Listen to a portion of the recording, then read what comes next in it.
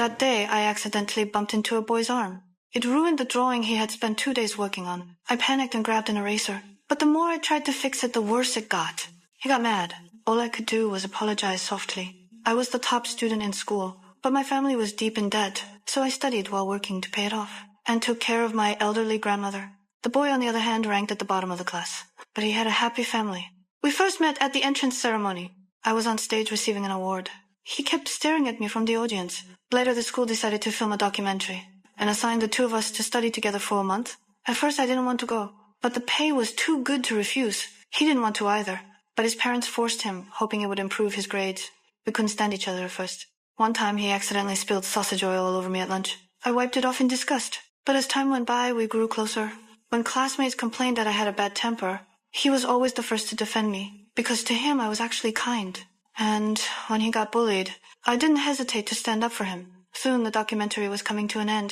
During the final interview, I said I wanted to be a leader 10 years later. He said he just wanted a peaceful life. After the show aired, we unexpectedly became popular. Viewers begged for a second season. Later we started dating. I was straightforward back then. When he bragged about his drinking skills, I challenged him to a drinking contest and drank him under the table.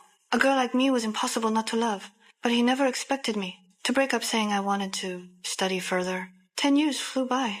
I became a corporate drone, working day and night for a second-tier company. During one project, I had to hire a popular artist to paint. I never imagined that artist would be him. When he saw me, his first reaction was to spray me with water. Turns out 5 years ago I asked him what he would do if we met again. He said he'd spray me and tell me to leave. I couldn't believe he actually remembered. I explained I wasn't there to rekindle anything, just to talk business. He sighed in relief, then immediately turned cold. He didn't even look at the contract, so I left embarrassed. At a party later, I ran into him again. Drunk, he grabbed my hand. For a moment, it felt like old times, but I stayed distant. He let go. The next day, my company told me he had agreed to the project. I stood there stunned. Maybe he really had moved on.